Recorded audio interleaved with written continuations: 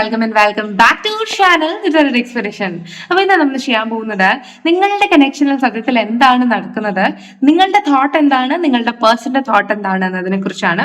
അപ്പൊ നിങ്ങളുടെ തോട്ടുമായി റെസണേറ്റ് ആകുന്നുണ്ടെങ്കിൽ നിങ്ങളുടെ പേഴ്സന്റെ തോട്ടും ഇതാണ്. 100% നിങ്ങൾക്ക് ഗ്യാരണ്ടീഡ് ആയിട്ട് പറയാം നിങ്ങളുടെ പേഴ്സൺ ഇത് തന്നെയാണ് നിങ്ങൾക്ക് ചിന്തിക്കുന്നത്. അതുകൊണ്ട് ആദ്യം ഞാൻ നിങ്ങളുടെ എനർജി എടുക്കുന്നു, അതിനുശേഷമേ നിങ്ങളുടെ പേഴ്സന്റെ എനർജി എടുക്കുന്നുള്ളൂ. നമുക്ക് ഇതിന്റെ ഫ്യൂച്ചർ എന്തെങ്കിലും യൂണിവേഴ്സ് തരാൻ ആഗ്രഹിക്കുന്നുണ്ട് മെസ്സേജ് ആയിട്ടെങ്കിൽ അതും നമുക്ക് ഇതിനകത്ത് നോക്കാവുന്നതാണ്. ഫർദർ മോർ നിങ്ങൾക്ക് എന്തെങ്കിലും ക്ലാരിറ്റി കിട്ടണമെങ്കിൽ ഡിസ്ക്രിപ്ഷനിലോ സ്ക്രീനിൽ എഴുതി കാണിക്കുന്ന നമ്പറിലോ കോൺടാക്ട് ചെയ്ത് വാട്സപ്പ് മെസ്സേജ് ചെയ്യുക. എന്നിട്ട് നിങ്ങൾക്ക് ഒരു പേഴ്സണലൈസ്ഡ് ടാരറ്റ് സെഷൻ എടുക്കാവുന്നതാണ്. അല്ലെങ്കിൽ നിങ്ങൾക്ക് നിങ്ങളുടെ എനർജി മുകളിലേക്ക് അപ്പാക്കാൻ വേണ്ടിയിട്ട് നിങ്ങൾക്ക് എനർജൈസ്ഡ് ക്രിസ്റ്റൽസ് ഉപയോഗിക്കാവുന്നതാണ്. ഓക്കെ, അപ്പോ നമുക്ക് വേഗം തന്നെ റീഡിങ്ങിലോട്ട് പോകാം. ഇതൊരു കളക്റ്റീവ് റീഡിംഗ് ആണ്. അതിലുപരി നിങ്ങളുടെ എനർജിയും നിങ്ങളുടെ പേഴ്സന്റെ എനർജിയും ഞാൻ ഇതിനകത്ത് എടുക്കുന്നുണ്ട്. അതുകൊണ്ട് നിങ്ങളുടെ പേഴ്സന്റെ പേര് മനസ്സിൽ വിചാരിക്കുക. എന്നിട്ട് നിങ്ങൾ ഈ ഒരു വീഡിയോ കാണുക, ഡിസ്റ്റർബൻസ് ഒക്കെ മാറ്റി വെക്കുക. ആൻഡ് ഈ ഒരു വീഡിയോ തുറന്നിട്ടുണ്ടെങ്കിൽ ഇത് മുഴുവനായിട്ട് കാണുക. ഇതിൽ നിങ്ങൾക്ക് തീർച്ചയായിട്ടും ക്ലാരിറ്റി കിട്ടും. ഓക്കെ, പ്ലീസ് ഗൈഡേഴ്സ്. അപ്പോൾ നിങ്ങൾക്ക് ആർക്കെങ്കിലും ഡയറക്റ്റ് ക്ലാസ് ആവശ്യമുണ്ടെങ്കിലും നിങ്ങൾക്ക് കോൺടാക്ട് ചെയ്യാവുന്നതാണ്. Okay, thank you so much. അപ്പോൾ നമുക്ക് വേഗം റീഡിങ്ങിലേക്ക് പോകാം. Please guide us. What's really happening in their connection? Please guide us. Please give us a clarity. Please guide us. Their present situation, their current situation. Please guide us. Okay. 2 of Pentacles. അങ്ങോട്ട് ചാടണോ ഇങ്ങോട്ട് ചാടണോ അറിയാത്ത അവസ്ഥ. That means നിങ്ങൾ വളരെയധികം confused ആണ്. വളരെയധികം confused ആണ്. Yes, 5 of Swords. നിങ്ങൾ തമ്മിൽ വാക്തർക്കങ്ങൾ ഉണ്ടാവാറുണ്ട്, പരസ്പരം ഫൈറ്റ് ഉണ്ടാകാറുണ്ട്, നിങ്ങൾ ഒത്തിരി അവരെ മിസ് ചെയ്യുന്നുണ്ട്. ആൻഡ് പതിയെ നിങ്ങളുടെ ജീവിതം മുഴുവൻ അവരായി മാറിയിരിക്കുകയാണ്. അതായത് അവരുമായി വഴക്കുണ്ടാക്കിയാൽ നിങ്ങൾക്ക് പിന്നെ ഭക്ഷണം കഴിക്കാൻ തോന്നില്ല, ആകെ വെള്ളം കുടിക്കാൻ തോന്നില്ല. നിങ്ങൾ ഇമോഷണലി ഭയങ്കര ഡിപ്പെൻഡ് ആണ് അവരില്. അതുകൊണ്ട് തന്നെ നിങ്ങളുടെ ആകെ മൊത്തം ആ ഒരു നമ്മുടെ ജീവിതചര്യ തന്നെ മാറിപ്പോകുന്ന ഒരു അവസ്ഥയാണ്. അതുപോലെ മുന്നോട്ട് എന്താണ് ചെയ്യേണ്ടതെന്ന് അറിയാതെ നിങ്ങൾ കൺഫ്യൂസ്ഡ് ആയി പോകുന്ന ഒരു അവസ്ഥ ഇതിനകത്ത് കാണുന്നുണ്ട്. എന്റെ അഭിപ്രായത്തില് മുമ്പ് ചിലപ്പോ നിങ്ങൾ സോൾമേറ്റ് ആണ്, അത് ആദ്യമേ പറയാം, കാരണം അങ്ങനത്തെ കാർഡ്സ് ആണ് നമുക്ക് കിട്ടുന്നത്. അപ്പൊ ആദ്യം നിങ്ങളുടെ റിലേഷൻഷിപ്പിൽ ഭയങ്കര ട്രാൻസ്പെറൻസി ആണ് ഉണ്ടായിരുന്നത്. അത് ഭയങ്കര, അതായത് ഒരു മറയുമില്ലാത്ത ഒരു വെള്ളത്തിനെ പോലെ ക്രിസ്റ്റൽ ക്ലിയർ ആയിട്ടുള്ള, കണ്ടോ, വെള്ളത്തിനെ പോലെ ക്രിസ്റ്റൽ ക്ലിയർ ആയിട്ടുള്ള ഇമോഷൻസ് ആയിരുന്നു നിങ്ങളുടെ ഇടയിൽ ഉണ്ടായിരുന്നത് ഈ റിലേഷൻഷിപ്പില്. പക്ഷേ പലപ്പോഴും പിന്നെ പോകെ നിങ്ങൾക്ക് മനസ്സിലായി അവരുടെ പ്രയോറിറ്റി നിങ്ങളല്ല എന്നത്. അല്ലെങ്കിൽ ഒരു മനുഷ്യനും നമ്മളുടെ അടുത്തൊരു മെസ്സേജ് പോലും സുഖമാണോ, എന്താണ് ചെയ്യുന്നത്, കഴിച്ചോ എന്ന് ചോദിക്കാനുള്ള സമയം എല്ലാ മനുഷ്യർക്കും ഉണ്ട്. അപ്പൊ അതാണ് നിങ്ങൾ ചോദിക്കുന്നത്.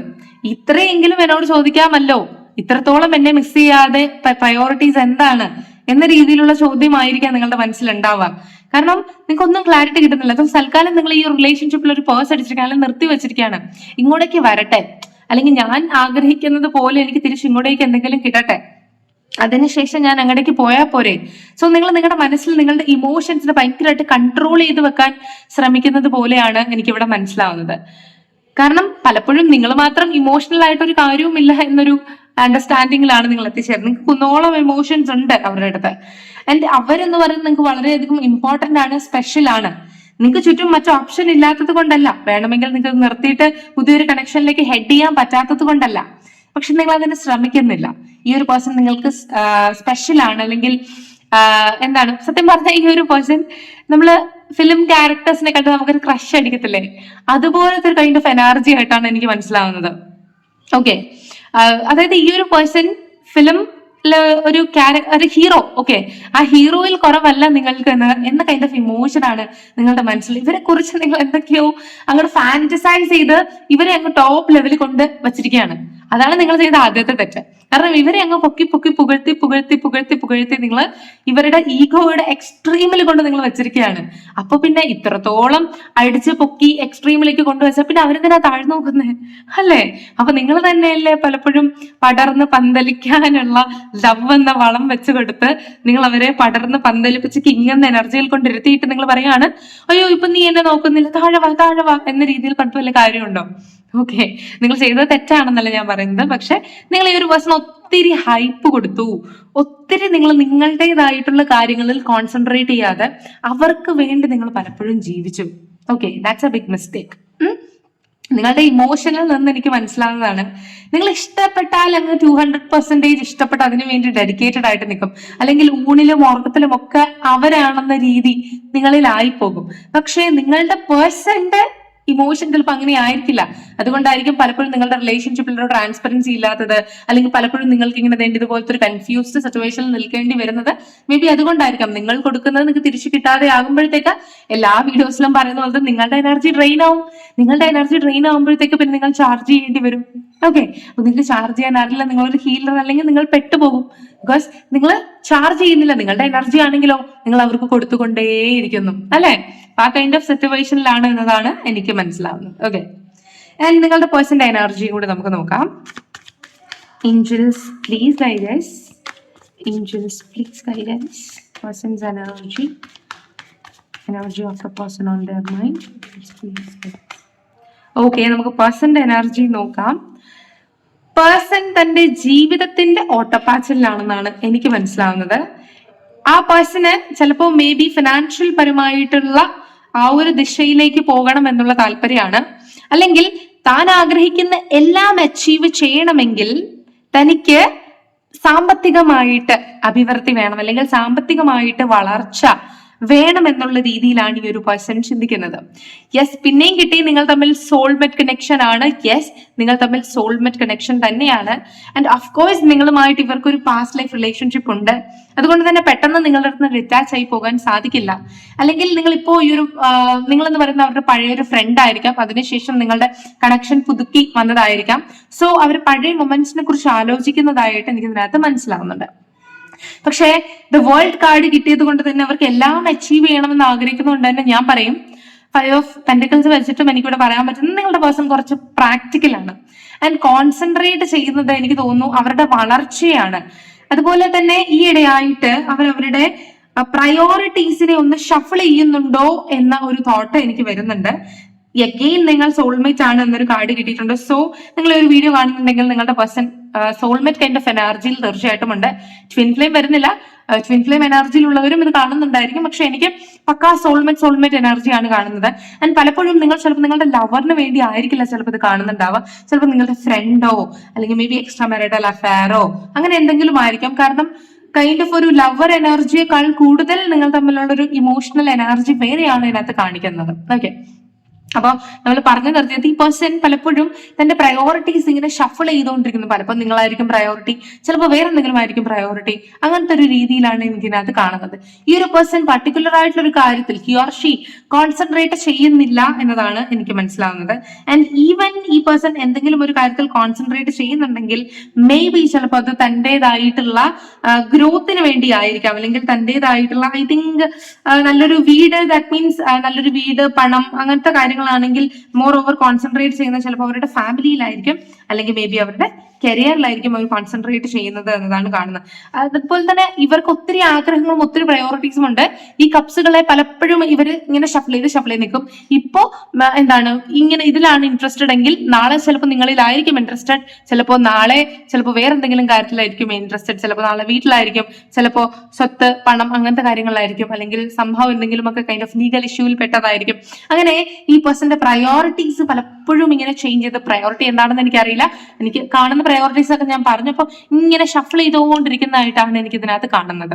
ഓക്കെ, ആൻഡ് എന്റെ അഭിപ്രായത്തിൽ ഏതൊരു സിറ്റുവേഷനിലും നിങ്ങൾ അവരുടെ കൂടെ കാണും, നിങ്ങൾ എപ്പോഴും അവരുടെ ഹാർഡ് വർക്കിനെ സപ്പോർട്ട് ചെയ്യും എന്ന രീതിയിൽ അവരെ വിശ്വസിക്കുന്നതായിട്ടാണ് എനിക്കിവിടെ ഫീൽ ചെയ്യുന്നത്.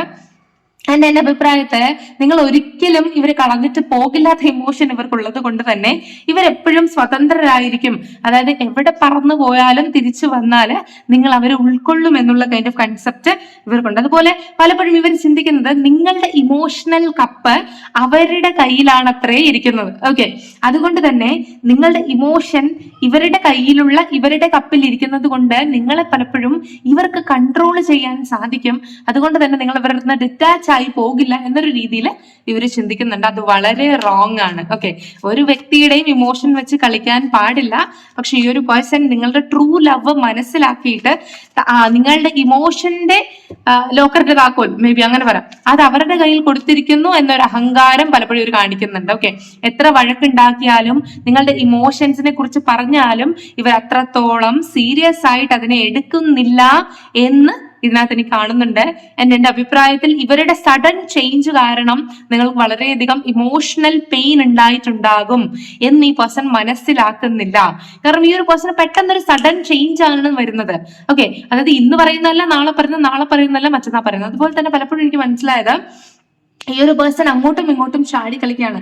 പറയുന്നതല്ല ചെയ്യുന്നത്, ചെയ്യുന്നതല്ല ഇയാൾ ഫീൽ ചെയ്യുന്നത്. അങ്ങനത്തെ ഒരു 3 മിസ്മാച്ച് ആയിട്ടുള്ള ഇമോഷനിലൂടെയും പ്രവർത്തികളിലൂടെയുമാണ് ഈ പേഴ്സൺ കടന്നു പോകുന്നത് എന്നതാണ്. പക്ഷെ എന്നിട്ടും സ്റ്റിൽ നിങ്ങൾ ഇത്രയും ചിലപ്പോൾ നിങ്ങൾക്ക് പുറമേ നിന്ന് പല പല പ്രപ്പോസൽസ് ഒക്കെ വന്നിട്ടുണ്ടാവും. സ്റ്റിൽ നിങ്ങൾ ഇതിൽ തന്നെ അറ്റാച്ച് ആയിരിക്കുന്നു. പക്ഷെ ഈ ഒരു കണക്ഷനിൽ ഈ ഒരു പേഴ്സൺ എഫേർട്ട് എടുക്കാൻ താല്പര്യപ്പെടുന്നില്ല. ഇല്ലെങ്കിൽ തന്റെ പ്രയോറിറ്റീസിനെ ഓൾവേസ് ഷഫിൾ ചെയ്തുകൊണ്ടിരിക്കുകയാണ്. നിങ്ങൾക്കൊരു ക്ലാരിറ്റി തരാൻ ഈ പേഴ്സൺ ശ്രമിക്കുന്നില്ല, തയ്യാറാകുന്നില്ല. നിങ്ങൾ പറയുന്നത് ശരിയാണ്, ജെനുവിൻ ആണ്, ഒരു ക്ലാരിറ്റി തന്നിട്ട് പൊയ്ക്കൂടെ എന്ന രീതിയിൽ നിങ്ങൾ സംസാരിക്കുന്നുണ്ട്. പക്ഷെ ഞാൻ പറയട്ടെ, ഇവരെങ്ങനെ നിങ്ങൾക്ക് ക്ലാരിറ്റി തരും? ഇവർ തന്നെ ഒരു കൺഫ്യൂസ്ഡ് മോഡിലാണ്. ഇവർ തന്നെ തന്റെ പ്രയോറിറ്റീസ് അങ്ങോട്ടും ഇങ്ങോട്ടും മാറ്റിക്കൊണ്ടിരിക്കുകയാണ്. ഒറിജിനലി ഏറ്റവും പ്രയോറിറ്റൈസ് ചെയ്യേണ്ടത് ഏതാണെന്ന് പോലും ഇവർക്കറിയില്ല. അപ്പൊ പിന്നെ ഇവർ നിങ്ങൾക്ക് എങ്ങനെ ക്ലാരിറ്റി തരും? ഓക്കെ, അപ്പൊ ഇതാണ് നിങ്ങളുടെ രണ്ടുപേരുടെയും സിറ്റുവേഷൻ ആയിട്ട് എനിക്ക് ഇതിനകത്ത് കാണുന്നത്.